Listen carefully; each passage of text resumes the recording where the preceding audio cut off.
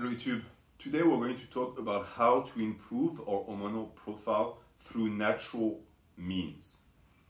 Hormonal profile is important for natural lifters because your hormones are directly going to be correlated with the way you are able to put muscle on, the fat you carry, the way fat distributes on your body, etc., etc. You might hear that it's inconsequential and it doesn't matter because it's such small increments that it doesn't make a difference. But that mentality doesn't apply to natural bodybuilders because we have to take every single inch of advantage that we can. The same mentality would basically tell you that doing 5 sets of curls or 4 sets of curls, there's no difference because it's such a small difference. Well, it is a small difference for that one session, and your hormonal profile on that one day is not really going to matter that much. But if you do that for 20 years, and there's 365 days in a year, then your hormonal profile throughout those 365 days times 10 is definitely going to matter. So yes, you should pay attention to that and make sure that it's as optimal as possible. So today we're going to talk about lifting. Why does lifting matter when it comes to hormonal profile? One, because common sense tells us that people who stay most active, stay in good health, and are usually, and I'm talking about males here, more alpha, meaning that they produce more male hormones. And that has been pretty much proven to a point, but there's not enough widespread study of the phenomenon to be really something we can rely on when it comes to empirical proof. So you have to use your eyes. Look at life around you. Look at the men who are the most energetic. Look at the men who are the most go-getter. Usually these people do a physical activity. People who never work out, males who never work out, tend to not be in the best physical shape, of course, and it tends to reflect on their mental and their moral. So it's important as a man to be very active. And it doesn't mean you have to lift weights, by the way. If you're on this channel and you're not a bodybuilder, I'm not shaming you for it. If you're someone who likes to swim, if you're someone who likes to run, if you like to rock climb, if you like to dance, all of these are physical activities. I'm not stuck in the macho mentality of saying that you have to lift weights and grind. No, you have to do something that makes your body work, to encourage your body to produce more male hormones to make you more performant. So this is what you need to focus on. But because this channel is about lifting, I'm going to use my personal athletic, or rather exercise type of choice, which is lifting weightlifting. So any type of weightlifting you do is going to drastically improve your hormonal profile, but there is something to be said about heavy lifting. Lifting heavy things, meaning that lifting in ranges that challenge you, in my opinion, is going to create the greatest boost in hormonal production. Why?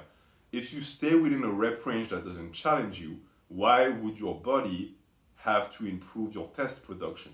It will have to build up the damage you've made, so it's going to repair the fibers, but it's not going to crank it up because you're not stressing it enough. The body is not thinking to itself, wow, I really need to up my game so that I can keep up with that guy. It's just thinking, well, we're at this level and I know he's going to stay at that level, so no big deal. This is why doing some low rep ranges with certain lifts can be a good thing. And there has been studies showing that there is an increase in testosterone and GH production after heavy lifts, especially on squat and deadlift. And even though it's inconsequential because it's so small, if you repeat that spike several times a week throughout the days, throughout the years, eventually it adds up. So yes, it's important. Considering also the fact that your free test levels climb and climb and climb as you age until you're around 35, 40, then all of the free tests you can get on top of the one you already produce is going to be beneficial. So you shouldn't disregard it, it's important.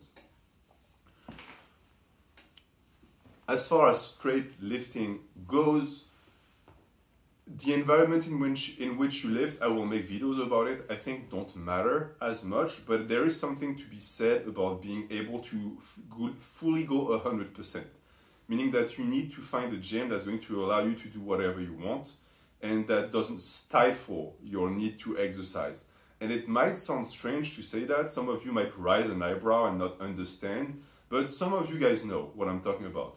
If you go to a gym that doesn't let you lift like you want to lift, I think it's going to have an impact on your hormonal production, because it's going to reduce your ability to lift heavy weights and to do what you want to do. And I will get into the mental aspects of hormonal production because I think it's very important.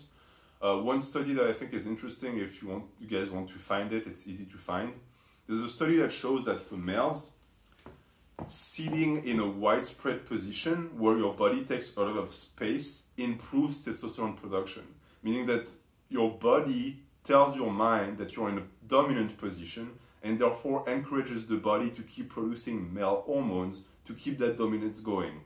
Some people might call it bro science, but I think it's interesting because being able to own your space in a gym is going to be extremely important. And if you go into a commercial gym that's crowded, that doesn't let you do that because you have to share, or there's too many people, or you have to not make too much noise or not be too aggressive, you're not going to be able to do that. So that's as far as I can go with the strict lifting aspect of the thing.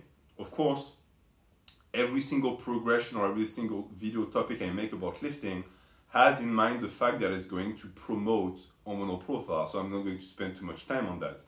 But your ability to lift weights is going to become incremental as you age. You should be able to lift more and more heavy, you should be able to lift longer and longer, etc., etc. This participates in the entire idea of bettering yourself. Your body gets stronger and your hormonal profile gets stronger with it. Those two come hand in hand. This is the reason why natural bodybuilding is so underrated in my opinion, is because as your hormonal profile grows, your body grows, and because your body grows, you become able to work more and more and lift heavier and heavier weights, which further encourages your hormonal profile to grow. And I think that there is still untapped potential and untouched territory when it comes to natural bodybuilding. I think we can really go far if we put in the work and if we are very diligent about it. So this is the video for today.